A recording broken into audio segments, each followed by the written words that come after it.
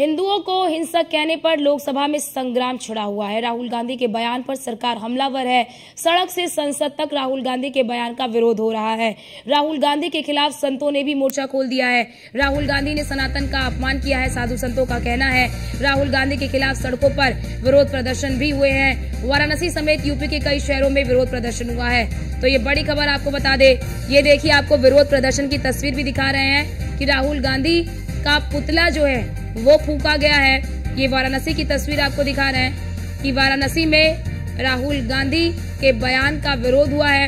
वाराणसी समेत यूपी के कई जिलों में विरोध प्रदर्शन हुआ है।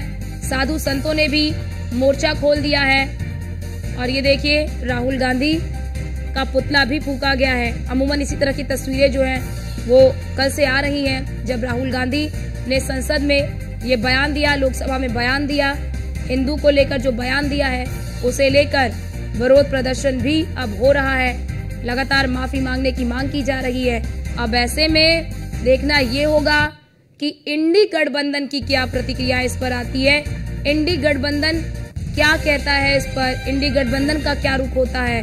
फिलहाल आपको जानकारी दे दे कि अखिलेश यादव का भी अभी बयान आया था। साफ तौर पर उनसे जब पूछा गया तो उन्होंने साफ तौर पर यही कहा कि ये बीजेपी का एजेंडा होता है, ये बीजेपी की स्ट्रैटेजी होती है। लेकिन राहुल गांधी के बयान के बाद देख सकते हैं कि किस तरह से विरोध प्रदर्शन की तस्वीरें भी सामने आई हैं। ये तस्वीर आपको दिखा रहे हैं। वाराणसी समेत यूपी के कई शहरों में विरोध प्रदर्शन हुआ है। राहुल गांधी ने जिस तरह से संसद में हिंदू को लेकर जो टिप्पणी की है, हिंदुओं को लेकर जो टिप्पणी की है, उस टिप्पणी से एक नाराजगी देखने को मिल रही है। वाराणसी से ये बड़ी खबर, राहुल गांधी के हिंदू विरोधी बयान पर हंगामा। तो ये बड़ी खबर आपको बता दे कि सदन में राहुल गांधी ने हिंदुओं को हिंसक कहा था, हिंसक बताया था। पूरे देश में राहुल गांधी का जमकर विरोध हो रहा है। तो पूरे देश में राहुल गांधी का जमकर विरोध हो रहा है। काशी में राहुल गांधी का पुतला जलाकर विरोध किया गया। राहुल गांधी की सदस्यता रद्द करने की मांग की जा रही है कि यानी कि इस बयान के बाद आक्रोश इस कदर है कि राहुल गांधी की जो संसद की सदस्यता है उसे रद्द करने की मांग भी की जा रही है।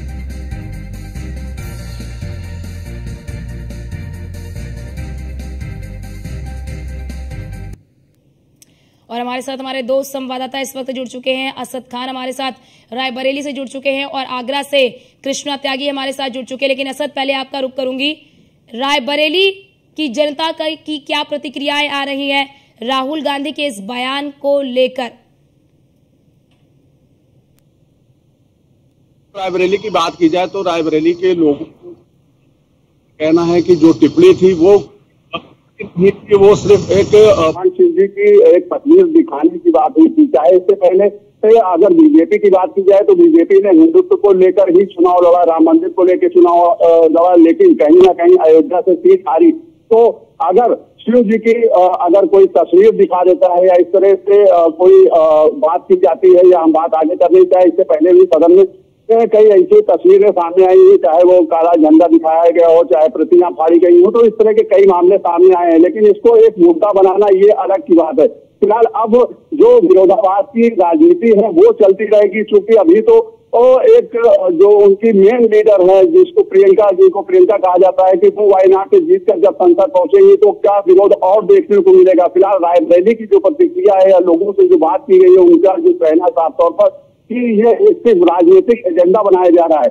राहुल गांधी इंडिया गठबंधन के एक बड़े नेता बनकर सामने उभरे हैं और कहीं ना कहीं अब सदन में इस तरह के हंगामे लगातार देखने को मिलेंगे। फिलहाल अभी रायबरेली में इस तरह का कोई विरोध देखने को नहीं मिला है, लेकिन अब आने वाले समय में रायबरेली या आजकल में जो भी प्रतिक्रिया सामने आती है या जो बीजेपी के कार्यकर्ता हैं या हिंदू परिषद के जो कार्यकर्ता हैं वो अगर मैदान में उतरते हैं, आगे की तस्वीरें क्या होगी। फिलहाल रायबरेली में अगर बात की जाए तो रायबरेली में इस तरह का विरोध अभी कोई भी देखने को नहीं मिला है। और ठीक है कृष्णा, बात आगरा की कर ले तो क्या आगरा में भी विरोध प्रदर्शन की तस्वीरें देखने को मिल रही हैं?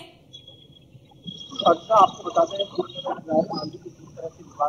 है उसको बाद हिंदूवादी नेता हो चाहे तमाम हिंदू हो, सड़क पर बिल्कुल जिस तरह से प्रदर्शन देखने को मिले, काफी हिंदुओं में नाराजगी,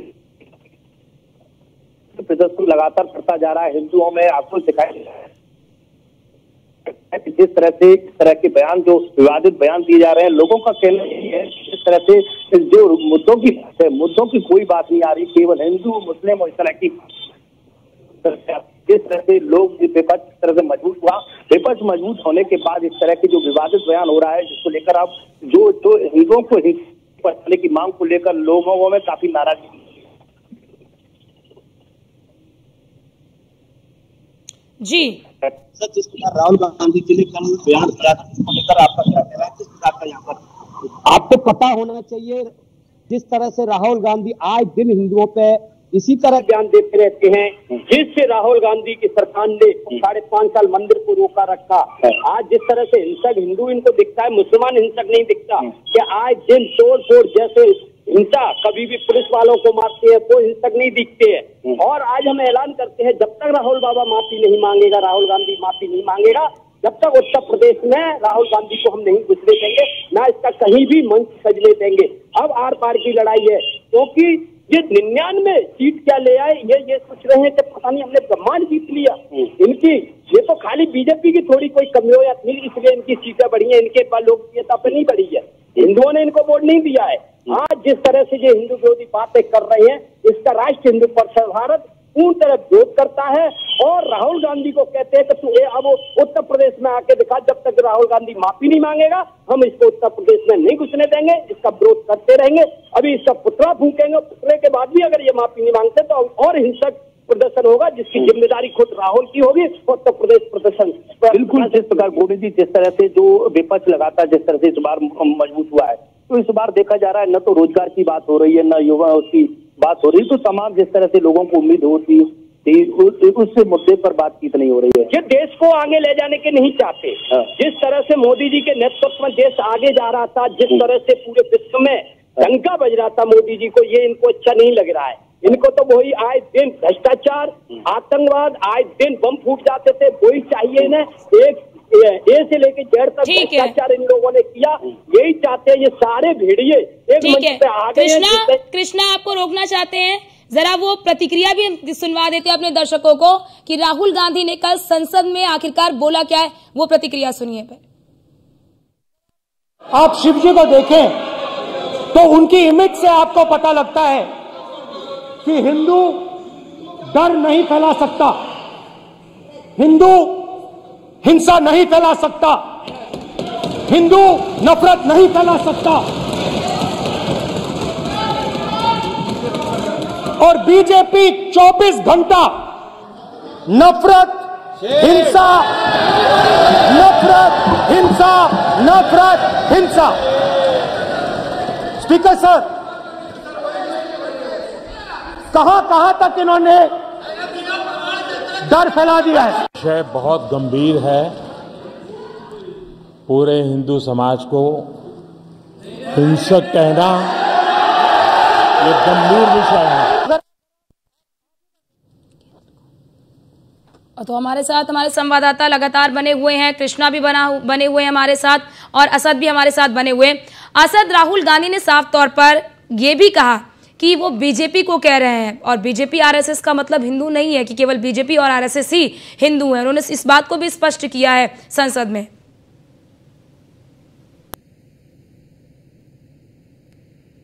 बोला है वो संसद में साफ, हिंदू आतंकवादी नहीं, ये संगठन नहीं हो सकता, या हिंदू जो है वो कट्टरवादी नहीं हो सकता, लेकिन बीजेपी कट्टरवादी हो रही है, वो बीजेपी पे हमलावर हुए हैं। इस चीज को समझना बहुत जरूरी है, क्योंकि अगर उस बयान को तोड़ मरोड़ के बोलेंगे तो कई स्थिति उसमें उत्पन्न होगी। लेकिन जिस तरह से राहुल गांधी का बयान जो है, वो बयान साफ तौर पर बीजेपी पर हमलावर है, ना कि वो किसी हिंदू संगठन पर है।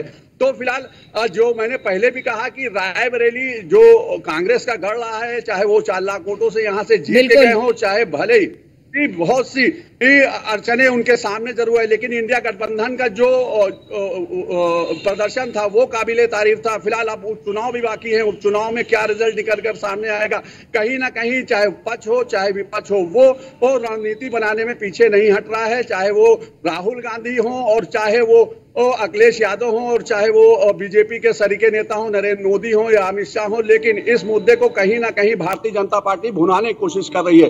फिलहाल अब ये प्रतिक्रिया जब राहुल गांधी से सामने आएगी या तो फिर अखिलेश यादव इस पर कुछ टिप्पणी देंगे या प्रियंका गांधी कुछ टिप्पणी देंगी, तो फिर देखने वाली बात होगी।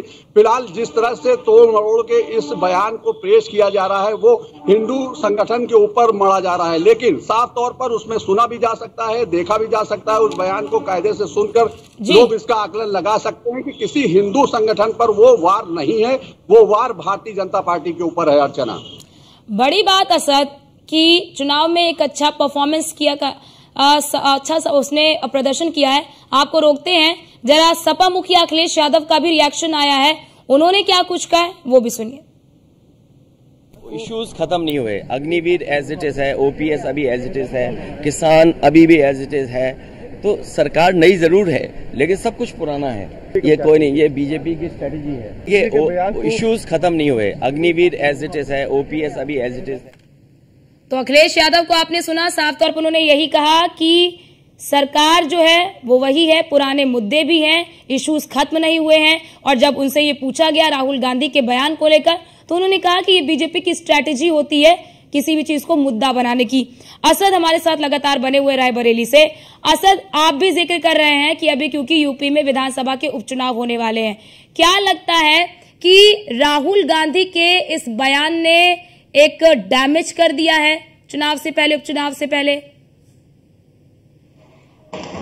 बिल्कुल, देखिए अर्चना, ये तो आगे की रणनीति पे पता चलेगा। फिलहाल जो बयान जो सामने निकल के आ रहे हैं, जो सदन का बयान सामने निकल कर आया है, वो समझदार लोग जो भी होंगे, वो समझदार लोग इस बात को समझ चुके हैं। चाहे वो 2024 का चुनाव है, जिस तरह से रिजल्ट आए वो चीज को लोग जान चुके हैं।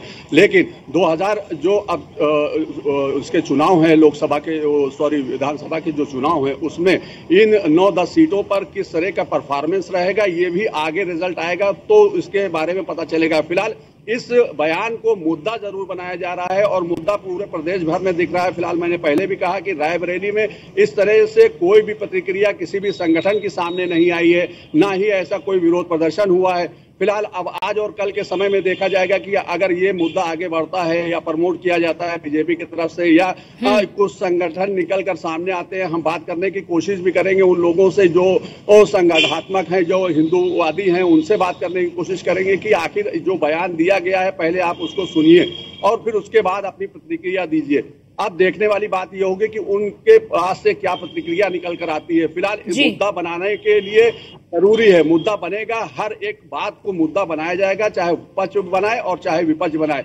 फिलहाल जिस तरह का बयान दिया गया है इसकी विश्लेषण करना पड़ेगा और इसको समझना पड़ेगा कि बिल्कुल क्योंकि हिंदुत्व बीजेपी का हमेशा से ही एजेंडा रहा है और अब ऐसे में क्योंकि विपक्ष ने बैठे बिठाए एक बड़ा मुद्दा दे दिया है जिसे विपक्ष की ओर से दिया है बीजेपी को, अब बीजेपी से बुनाने में लगी हुई है। बहुत शुक्रिया आपका हमारे साथ जुड़ने के लिए और तमाम जानकारी साझा करने के लिए।